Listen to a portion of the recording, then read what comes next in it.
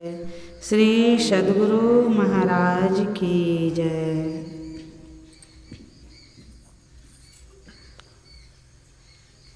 गुरुदेव जी के चरणों में वार वार वंदना। गुरुदेव जी के चरणों में वार वार वंदना। बार बार वंदना, हजार बार वंदना। बार बार वंदना, हजार बार वंदना।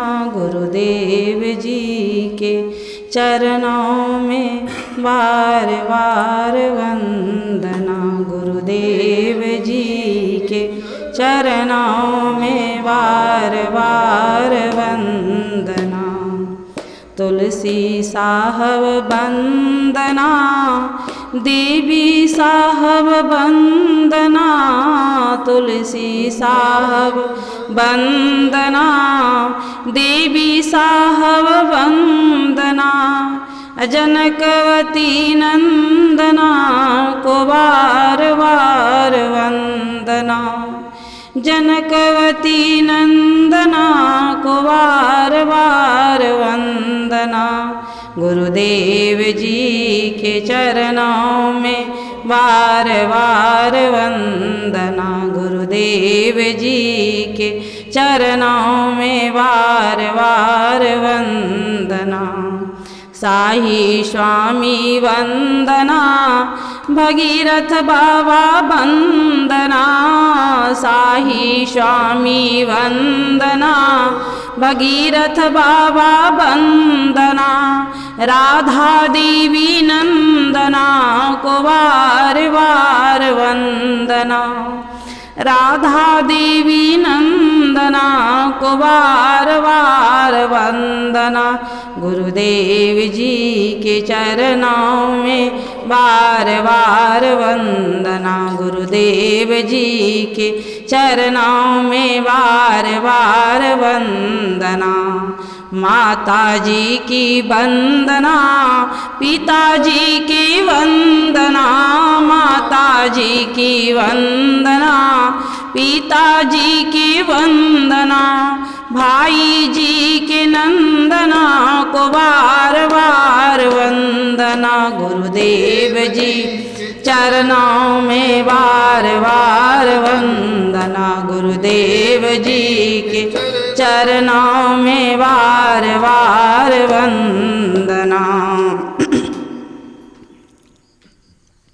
महाराज सद्गुरु हैं, राजन को राजा हैं। जिनकी कृपा से सरै सर्व काजा।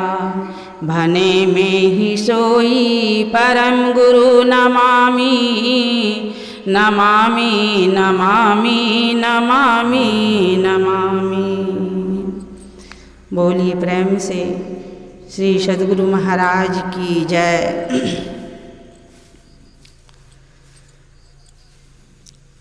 हम लोग यहाँ पर ध्यानाभ्यास का कार्यक्रम चल रहा है। हम भी पहली बार इस गांव में मेरा आना हुआ है और विशेष खुशी की बात है कि छठ पर्व के अवसर पर हम लोग हर वर्ष ध्यानाभ्यास और सत्संग का कार्यक्रम रखे।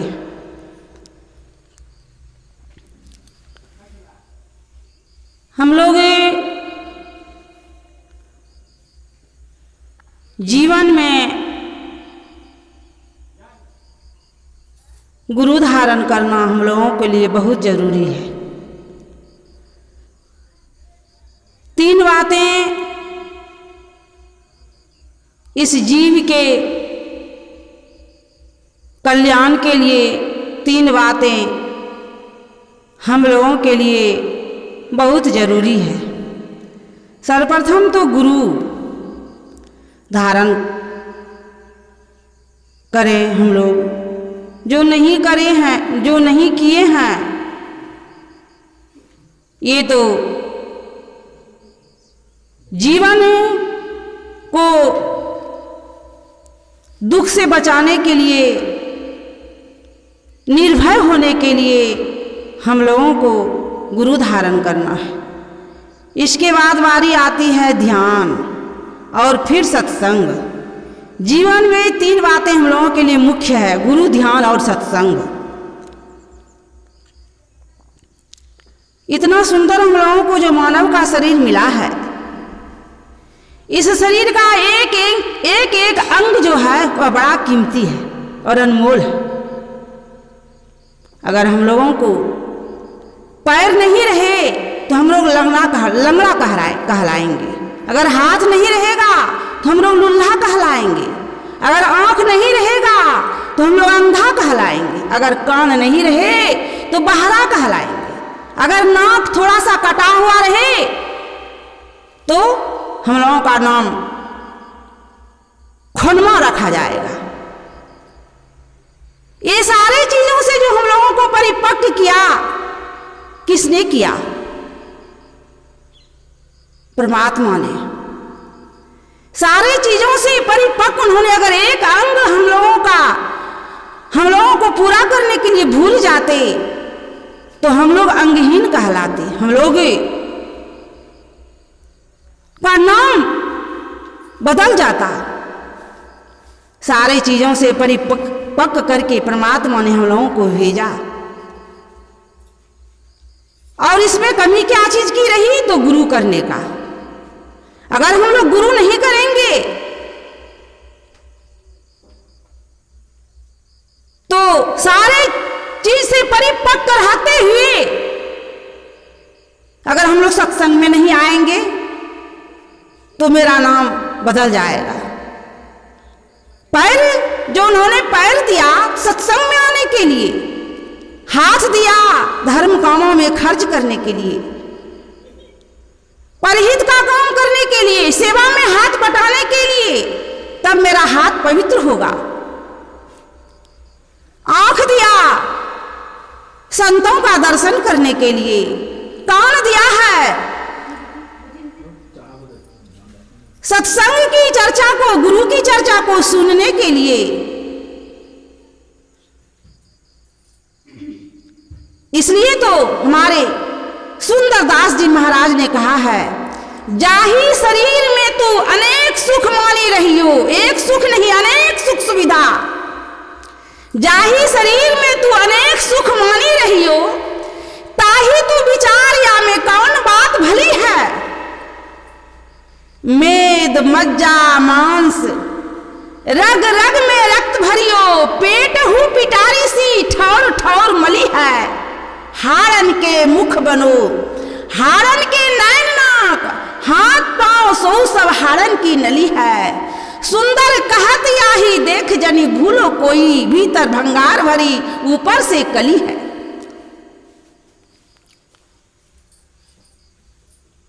यह शरीर को हम बड़ा ही इसको विशेष अवतार समझते हैं, इसलिए कि अभी आया अंडज पिंडज उस्मज और अंकुरज में 84 लाख जोनियां हैं। इसमें मानव जो है ये बहुत इन्हीं को श्रेष्ठ का पद दिया गया है। लेकिन ये शरीर दुर्गंधों से भरा हुआ है, लेकिन भगवान श्री राम ने इसको क्या कहा? पवित्र कहा, पावन कहा, पवित्र कहा। उन्होंने कहा पूर्ववासियों से, समस्त अवधवासियों को उन्होंने इकट्ठा करके बुलाया। अयोध्यावासियों से, अवधवासियों से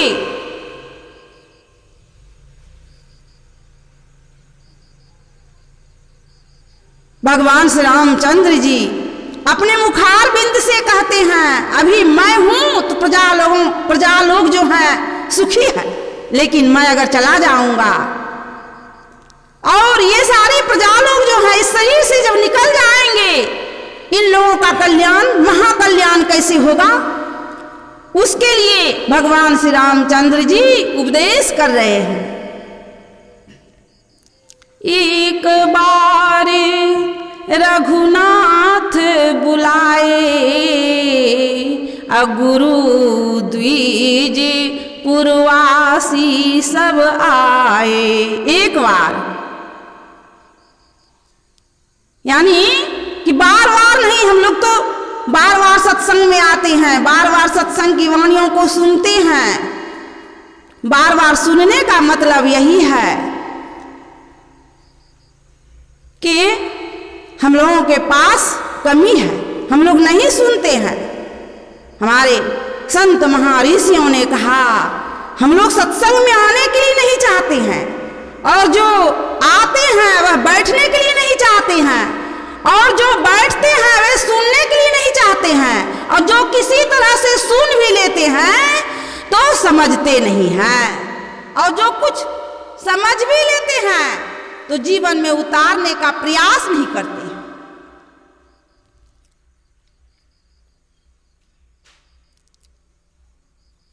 इसलिए हम लोगों को दोबारा आने का अवसर जरूरी पड़ जाता है। बैठे गुरु मुनि और द्विज सज्जन, बोले वचन भगत भव भंजन। अब देखिए, सोचने की बात है, हमारे भगवान श्री रामचंद्र जी ने समस्त अवधवासियों को, गुरु ब्राह्मणों पुरवासियों, बैठे गुरु मुनि, मुनियों को भी गुरु मुनि और द्विज सज्जन, और बोले वचन भगत भव भंजन। यानी हम लोगों के पास जो भी दुख है, जो भी भय है, अगर दुख है तो भय है।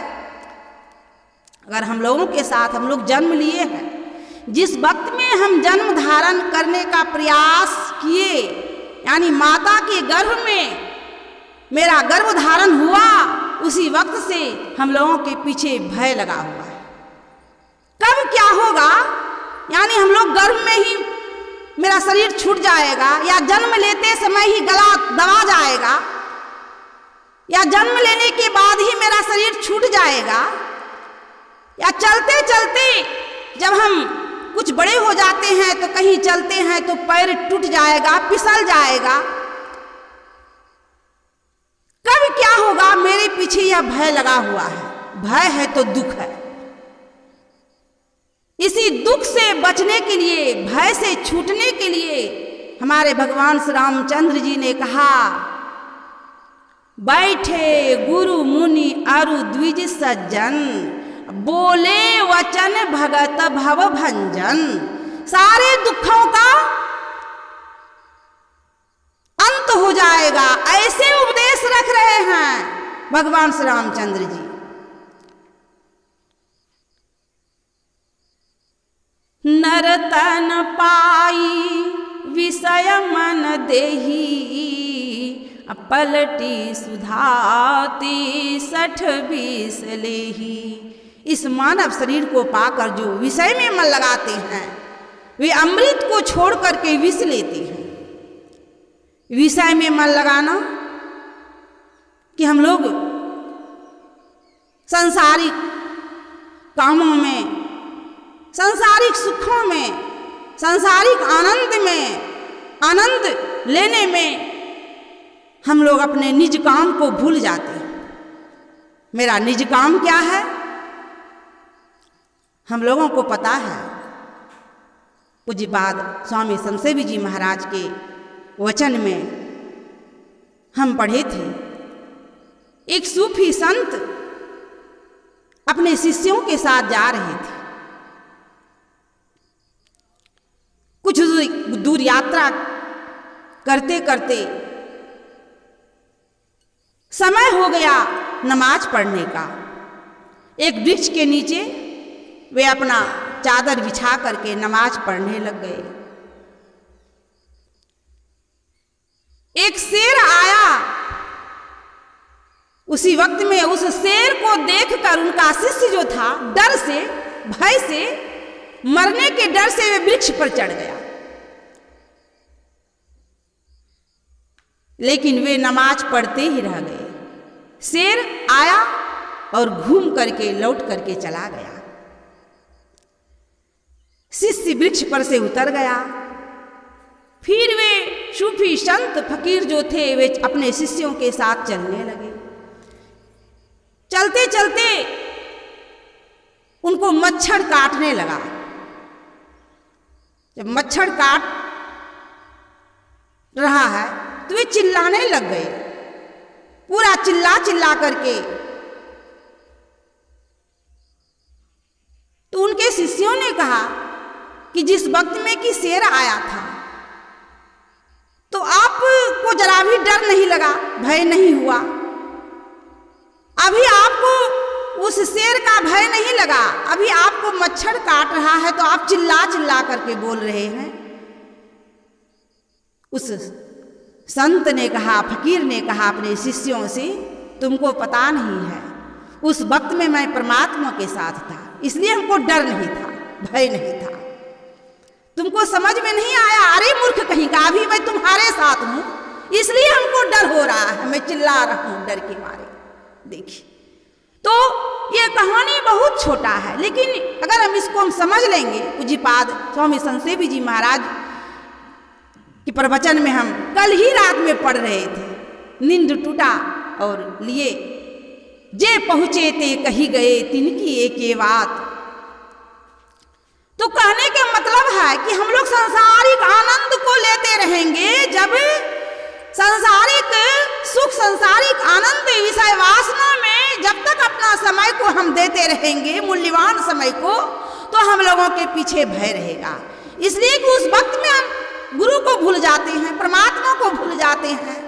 और जिस वक्त में हम गुरु को अपने साथ रखेंगे, गुरु का स्मरण करते रहेंगे, हम लोगों को जो जप बतलाया गया है जप करते रहेंगे तो हमें भय नहीं रहेगा, हमको डर नहीं रहेगा। इसलिए कहा गोस्वामी तुलसीदास जी महाराज ने, शोक मोह भय हरस दिवस निसी, देश काल तहा नाही, तुलसीदास यही दशाहीन, संशय निर्मूल नो जाहि।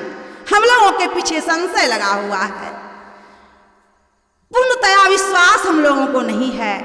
पूर्णतया विश्वास रखने के लिए हमारे गुरु महाराज ने कहा, क्या कहा? विविध भांति के कर्म जगत में जीवन घेरी फंसाता है, विविध भांति के कर्म जगत में जीवन घेरी फंसाता है, बाबा देवी कहें कह में असत गुरु गुरु ही बचाता है, बाबा देवी कहें कह में सतगुरु गुरु ही बचाता है। हम लोग भगवान श्री रामचंद्र जी वनवास काल में जब सबरी मैया के आश्रम पर गए तो उन्होंने उनको उपदेश करते हैं प्रथम भक्ति से। जाते जाते छठी भक्ति में कहा उनको, छठ दम सील विरति बहु कर्मा, निरत निरंतर सज्जन धर्मा। कि छठी भक्ति है इंद्रियों को दमन करना। हम लोग दमन नहीं कर पाते हैं तो क्या करते हैं? तब उपवास कर लेते हैं, इंद्रियों का दमन नहीं कर पाते हैं। यानी इंद्रियां तो बलवती है ना, जब हम लोग जो खाते हैं, जब ये जिह्वा का आनंद लेते हैं तो इंद्रियां बलवती हो जाती हैं, इंद्रियों को हम संयम नहीं रख सकते हैं। इसलिए हम लोग साल में एक बार व्रत करते हैं और उस पर भी एक दिन तो एक दिन सुनते हैं, इसमें 3-3 दिन सहना पड़ता है। इंद्रियों को हम लोग दमन नहीं कर पाते हैं तो उपवास करते हैं, किसी तरह से इंद्रियां दमन हो, संयमित हो। नित्य प्रति तो हम लोग उपवास नहीं कर पाएंगे, इसलिए हम लोग साल में एक बार उपवास करते हैं। छठ दम, छठी भक्ति है इंद्रियों को दमन करना और सज्जनों की धर्म में लगा रहना। अब बहुत सारे कर्मों को करने से विरक्त होना।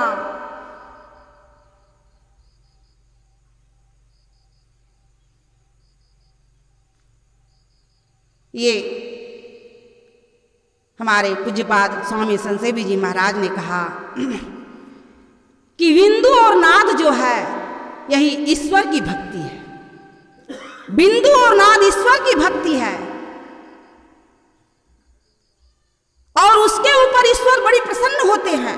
हम कल पढ़े थे, पढ़ लीजिएगा आप लोग। जे पहुंचे थे कहीं गए, जब पढ़े तो सत्संग योग में यह भी दिया है कि हे पूषण, यह संसार अज्ञानता से ढका हुआ है। इस अज्ञान रूपी पात्र को, अज्ञानता रूपी पात्र को आप उघाड़ दे। हम लोग किनके शिष्य हैं, कैसे गुरु को हम लोग धारण किए हैं, हम लोग भूल गए हैं। अभी हमारे पूज्य सतगुरुदेव नहीं हैं, उनके मेरे साथ उनकी वाणी है, मेरे साथ उनकी वाणी है। जो कोई जाई मिले उनसु नर हो या पवित्र लगे हरिरंगा, आ दोष कलंक सवै मिटी जाई सु नीच हूँ जाई की होय उतंगा। आ जो कोई नीर मलिन महामति गंग मिले होई जात है गंगा, असुंदर शुद्ध करे तत्काल जो है जग माही बड़ो सतसंगा। देखिए हम लोग किधर जा रहे हैं, क्या कर रहे हैं।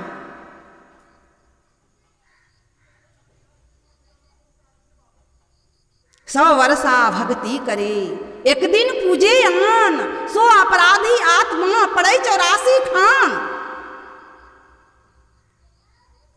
अटल भक्ति, अति अटल नित्य प्रति हम लोग गाते हैं। अति अटल श्रद्धा, अटल भक्ति यही है मेरी, यही है अटल भक्ति, हम लोग नित्य प्रति गाते हैं।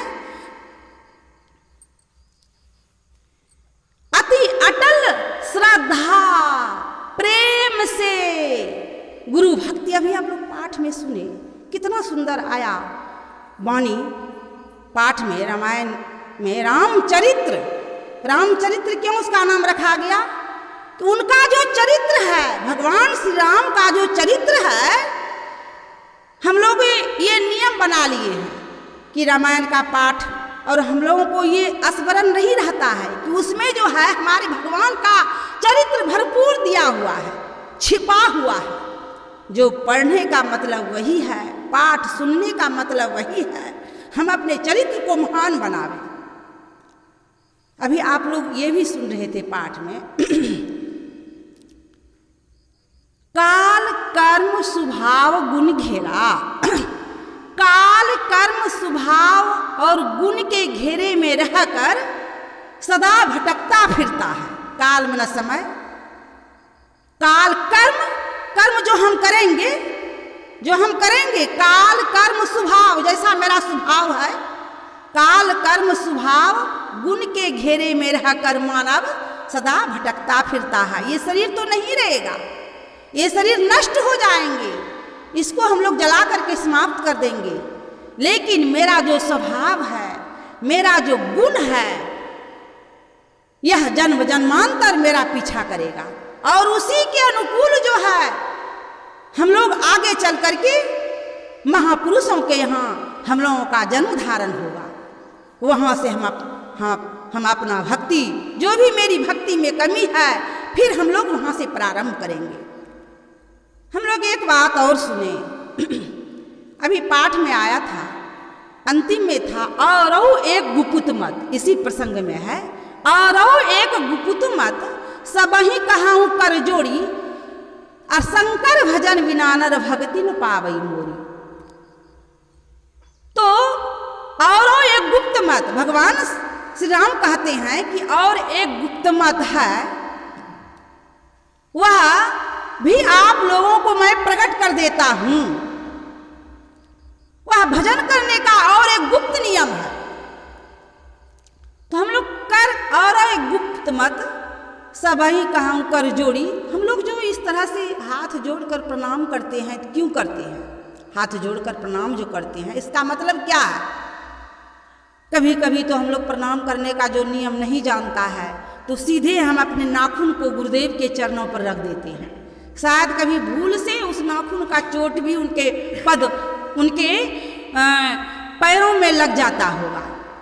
हम लोग प्रणाम करने का नियम जो है, पुराने से पुराने सत्संगी जो हैं उनको पता नहीं है प्रणाम करने का नियम है। हम लोग इसको नियम बना लिए हैं कि सत्संग करना चाहिए, ध्यान करना चाहिए। यह हम लोगों को, हमारे परमाराध्य गुरुदेव ने हम लोगों को यह आदत लगा दिया कि नित्य प्रति सत्संग कीजिए। सत्संग करते करते करते करते हम लोग समझ जाएंगे। इस तरह से जो हम लोग प्रणाम करते हैं, इसका करने का तो जो है, और कोई यह तो बाहर से हम लोग देखते हैं कि हाथ जोड़ दिए, प्रणाम किए। कर्म न हाथ होता है, और एक गुप्त मत सब ही कहूं कर जोड़ी। कर्म न हाथ भी होता है, कर्म न किरण भी होता है। यही दोनों किरणों को जोड़ने की कला। और ये गुप्त मत सब ही कहूं कर जोड़ी। शंकर भजन बिना नर भगति न पावई। हम लोग समझते होंगे कि शंकर जी का शायद भजन हम लोगों को करने के लिए तो नहीं कहा जाता। नहीं, संग न दोनों दृष्टि की धारों को संग करो। जहां पर हम लोगों को ध्यान करने के लिए गुरु दीक्षा के समय निर्देशित जगह पर, गुरु इंकित जगह पर हम लोगों को जो ध्यान करने के लिए बताया गया है, वहां पर दोनों किरणों को जोड़ना है। और वहां पर जैसे ही दोनों किरणों की धार को दोनों एक होता है, वैसे ही वहां पर हम लोग जानते हैं प्रकाश होता है, सूर्य का उदय होता है। आप लोग गुरु महाराज के भजन में पढ़ते होंगे, सहस्त्र कमल दल ज्योति कर झलमल। सहस्त्र कमल दल ज्योति कर झलमल। इसके आगे है त्रिकुटी में सूर्य उगए हो। यहाँ पर तो हम लोग जब बाहर में जो सूर्य का उदय होता है तो उसका प्रतीक्षा करते हैं कि सूर्यदेव का उदय होगा तो हम लोग वहाँ पर जो है पूजन करेंगे, उसका दूध चढ़ाएंगे, पूजा करेंगे। लेकिन हम लोगों को वह सूर्य जो है वह अंदर में सूर्य है, और उस सूर्य के प्रकाश होने के बाद अस्त नहीं होता है। और अंदर में अगर हम लोगों को ज्ञान नहीं हुआ, प्रकाश नहीं हुआ, तो हम लोग, मेरा जीवन अंधकार में रह जाएगा और हम लोग अज्ञानता में भटकते रहेंगे। इसलिए हमारे गुरु महाराज ने कहा, निज तन में खोज सज्जन, बाहर न खोजना। अपने ही घट में हरि है, अपने में खोजना। और कैसे खोजना है?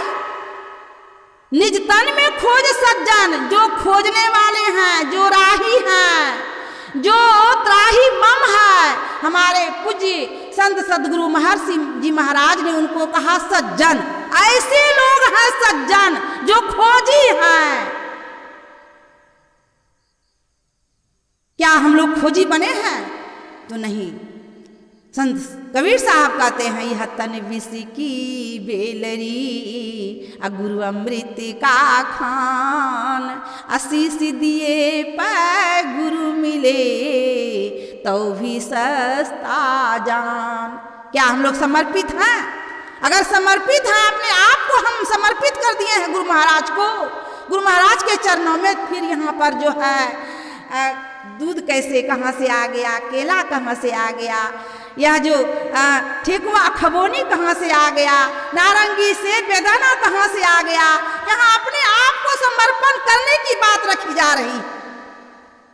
यह तन विष की बेलरी, गुरु अमृत का खान।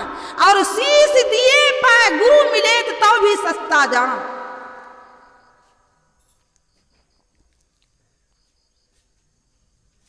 हम लोग विविध कर्मों में फंसे हुए और अज्ञानता में भटक रहे हैं। इसलिए कहा हमारे पूज्यपाद स्वामी संतसेवी जी महाराज बराबर इस पंक्ति को दोहराते थे। उनकी प्रवचन को जब हम पढ़ेंगे तो उन्होंने कहा, क्यों भटकता फिर रहा, क्यों भटकता फिर रहा, तू आए तलाशे यार में, रास्ता सहरग में है दिलवर पे जाने के लिए।